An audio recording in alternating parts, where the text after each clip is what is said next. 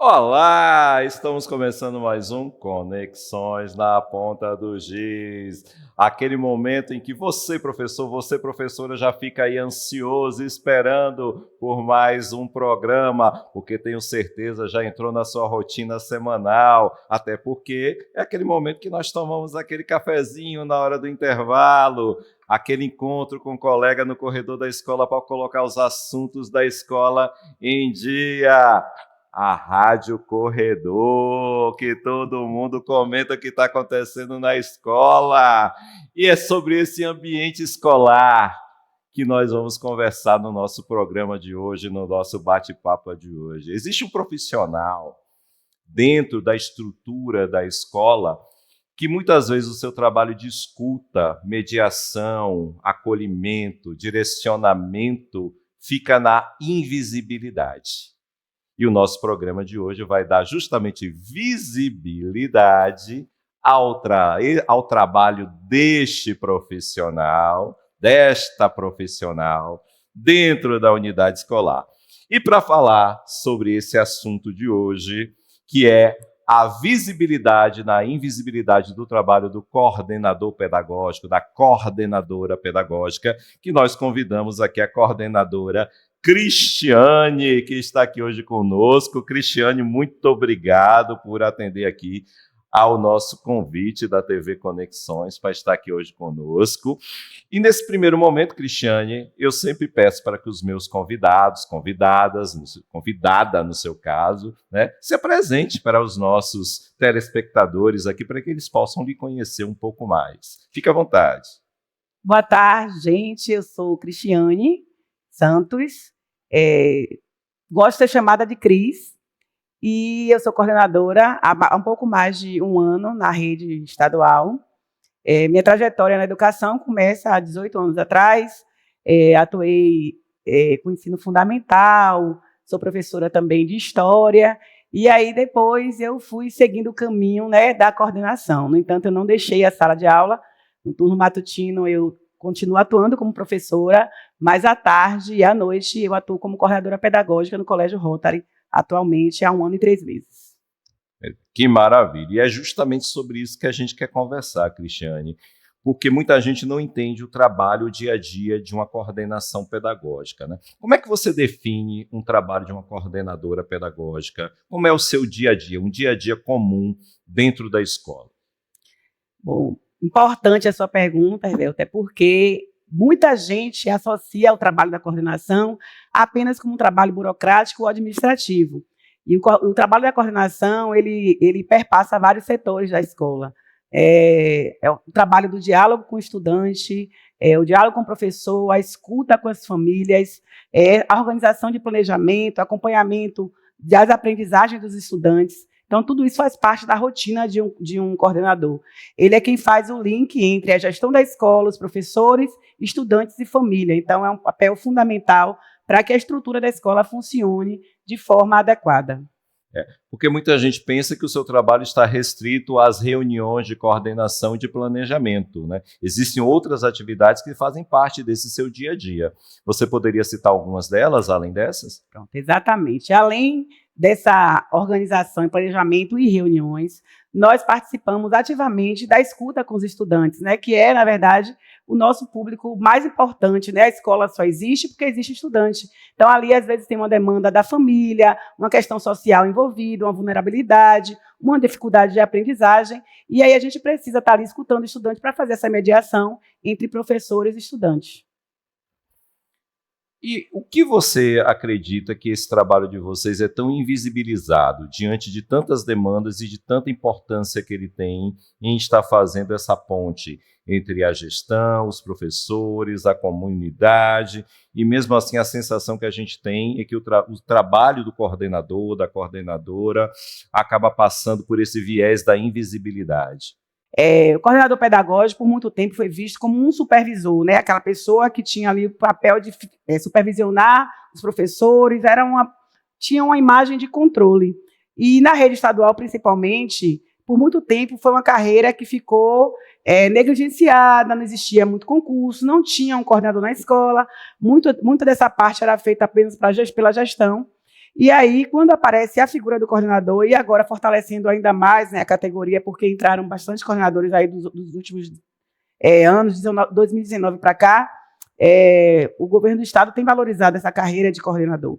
Então, os professores ainda não entendem, né? Então, não só os professores, como toda a comunidade escolar, às vezes até um pai, uma família, não entende como é que funciona o nosso trabalho. E associa muitas vezes a coordenação como aquele limbo que não é nem o professor e nem é o gestor da escola. Mas, assim, é importante dizer que o trabalho da coordenação, ele é um trabalho que ele funciona nos bastidores, para que as outras coisas aconteçam. Então, quem trabalha no bastidor, a gente tem aqui pessoas trabalhando no bastidor, que a gente pensa que eles não estão aqui, mas o trabalho aqui só está acontecendo porque temos pessoas ali, né, que estão trabalhando para que as coisas aconteçam. Então, não é uma figura da gestão, que aparece muitas vezes, né, que é quem assina os documentos oficiais, quem recebe as famílias diretamente, quem resolve a maioria dos problemas oficiais e jurídicos da escola, mas é aquela pessoa que faz o trabalho político-pedagógico, que faz ali acontecer e gerenciando as crises, os conflitos, para que a escola tenha uma rotina mais tranquila. Em que momento o trabalho do coordenador mais se evidencia dentro da escola, a ponto da comunidade, a comunidade escolar como um todo, chegar e dizer, essa escola tem coordenação? Com certeza, é no momento das culminâncias de projeto.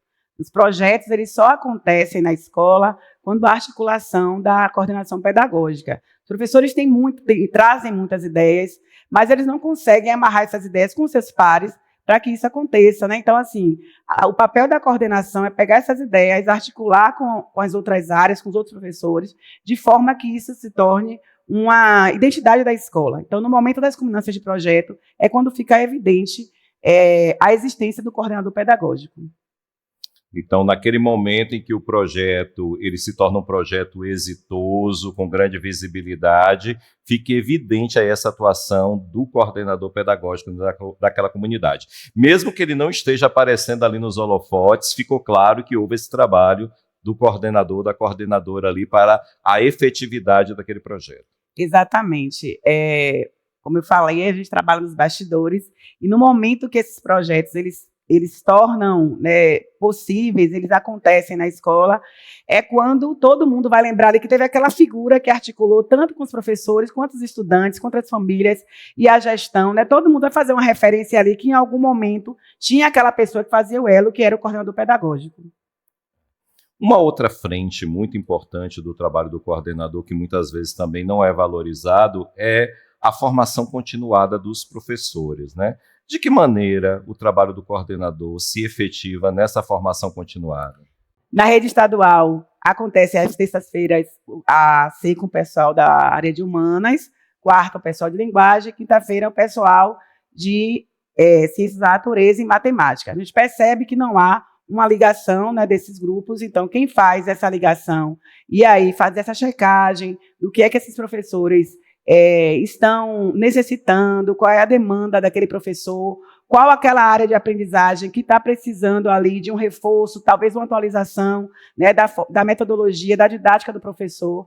Isso é feito na atividade complementar. Então, essas ACs são de fundamental importância para que a gente crie uma identidade da escola, para que a gente crie um diagnóstico do que do que os professores estão necessitando, né, na sua prática, e aí fazer um diagnóstico disso para que a gente viabilize formações, né, que venha trazer uma melhoria tanto para a didática do professor quanto para a aprendizagem do aluno.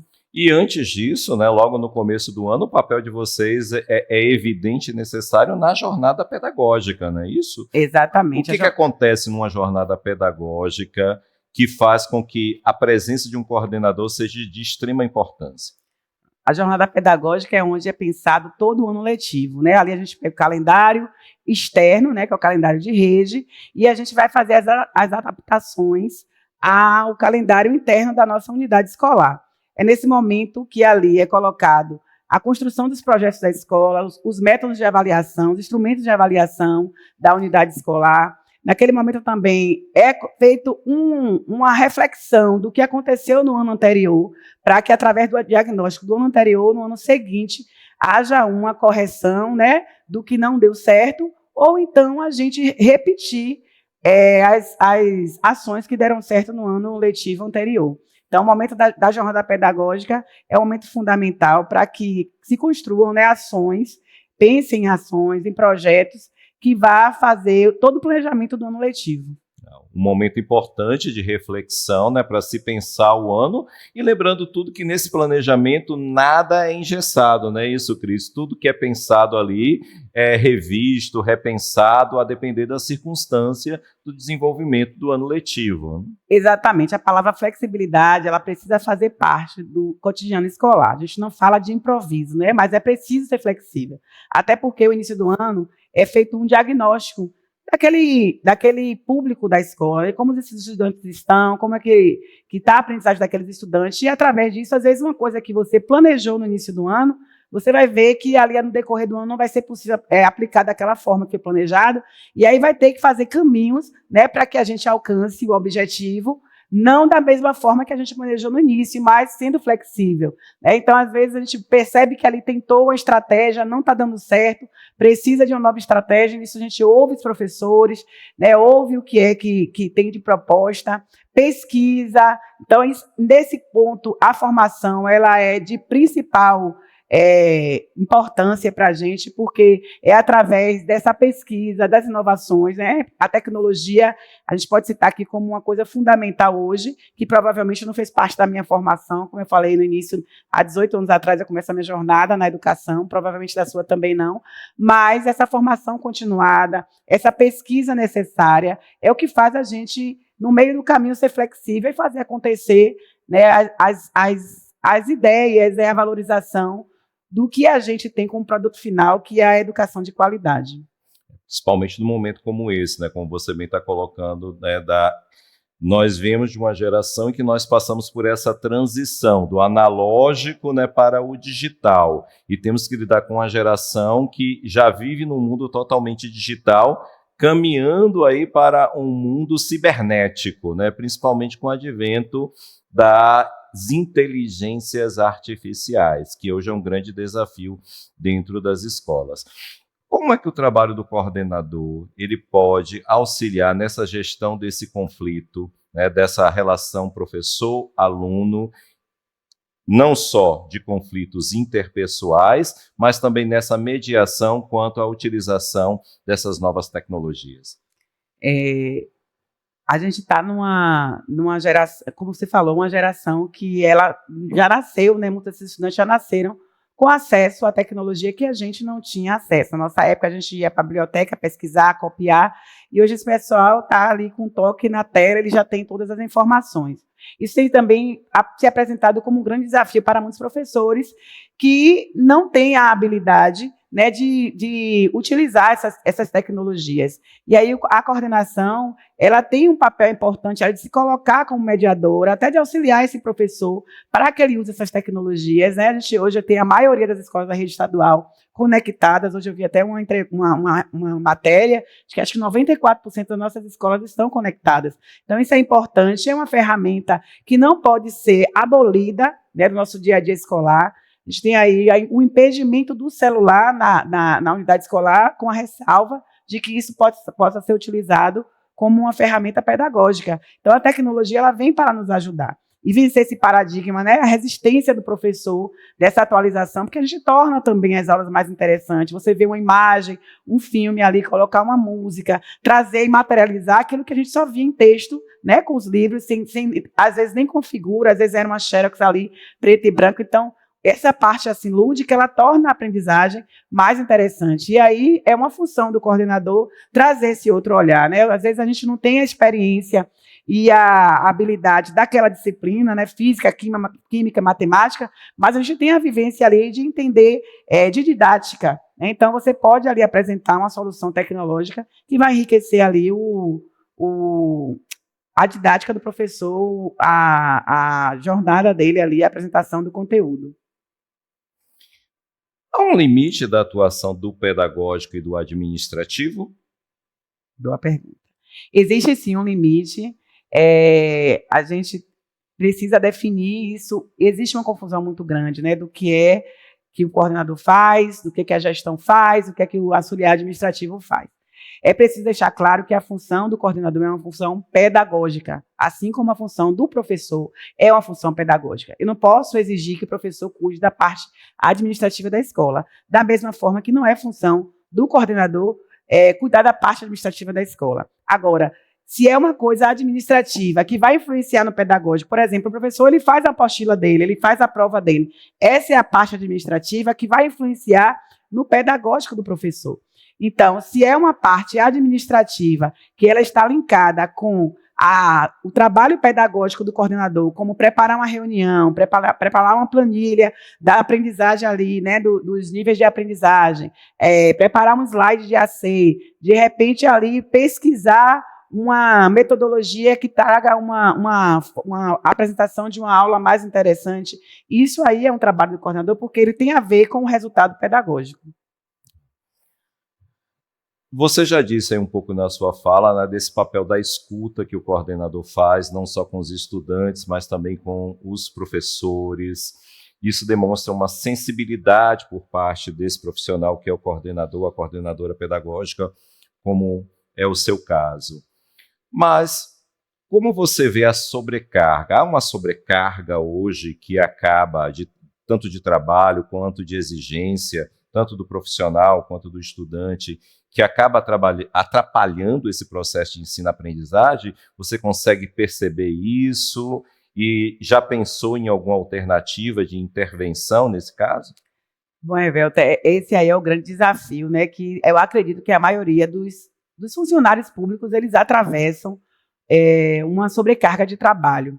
O que acontece dentro da dinâmica escolar? Apesar da gente tentar delimitar oficialmente o que é o trabalho do coordenador, muitas vezes a dinâmica da escola ela é uma dinâmica que atropela. Então, assim, às vezes você atende ali por dia 2.000 pessoas, 2.000 estudantes. Então, mesmo que você não queira, você está ali dentro daquele contexto de que é um local com um grande acesso de público que muitas vezes não tem a quantidade de mão de obra suficiente para atender aquele público. Então, a gente até para ajudar naquele cotidiano escolar, você acaba, sim, sendo sobrecarregado. Então, você planeja a semana ali que você vai fazer determinada atividade, mas no meio do caminho surge uma reunião, surge um pai que quer falar com você, é uma coisa urgente. Tudo sempre é muito urgente, a gente está numa sociedade que tem urgência para tudo, né? Um estudante que teve uma crise de ansiedade, que está ali num problema na sala, às vezes é um conflito que apareceu, então você para ali aquilo que você planejou, né? Que na verdade o trabalho principal do coordenador é o planejamento, então ele também tem um planejamento de rotina, mas que muitas vezes essa rotina ela não consegue ser concluída porque vai aparecer ali no meio desse caos, que é um caos que a gente fala assim, a gente às vezes fica pensando assim, não sabe como é que uma tudo escola urgente, dá né? certo, porque assim, aparecem várias demandas, né? E dentro disso, das dinâmicas escolares que a gente organiza internamente, vem também as questões externas da própria secretaria, da comunidade escolar, que acaba assim sobrecarregando não só a coordenação, mas como todos os setores da escola, e a coordenação, por estar dentro desse contexto, ela também acaba passando por essa sobrecarga. Bom, é bom deixar claro que o governo do estado vem investindo, né, na ampliação da presença de professores, coordenadores dentro das unidades escolares, mas as dinâmicas da sociedade faz com que a gente tenha essa sensação de que nada é suficiente. Percebam que nós temos aí hoje várias escolas construídas, equipamentos modernizados, salas de aulas climatizadas, com projetores, mas mesmo assim temos a sensação de que ainda não é suficiente. Então, será que o problema está realmente na propositura dessa infraestrutura que acaba sendo concretizada? Ou será que nós é que estamos insatisfeitos com determinadas situações e acabamos levando isso para o ambiente escolar? Tá? São reflexões filosóficas que eu trago aqui, né, para o nosso programa, já que é um momento de conversa, de diálogo, para a gente entender que nem tudo é culpa de um ente, né? Às vezes o problema pode estar em nós mesmos, né?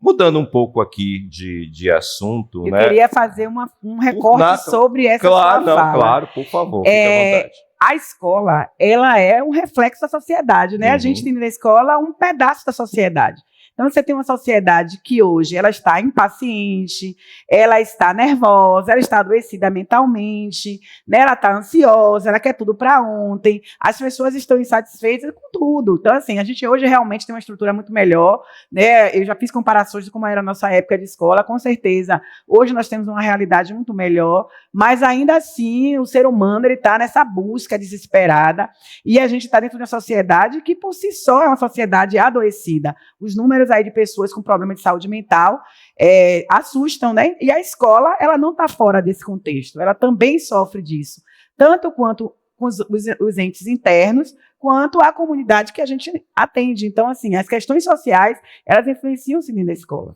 E você tocou no ponto que era justamente relacionado à pergunta que eu ia fazer, né? Como é que a coordenação pedagógica tem lidado com essa questão da saúde mental de estudantes e professores, né, na escola, e também com relação à educação inclusiva, né, os alunos atípicos. Como tem sido esse desafio para vocês? Pronto. Na nossa unidade, a gente tem o atendimento de AE, que são duas professoras, a Eldonique e a professora Vânia. Elas têm atendido essas crianças que chegam, né, do público de AE, já com laudos.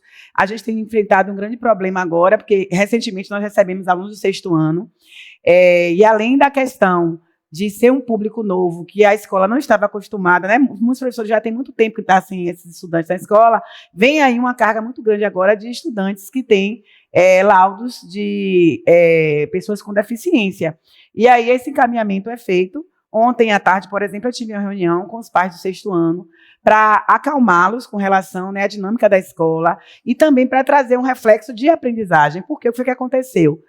Percebeu-se, né, os professores perceberam, nas avaliações diagnósticas dos primeiros 15 dias, que tinha uma quantidade grande de estudantes que não eram alfabetizados.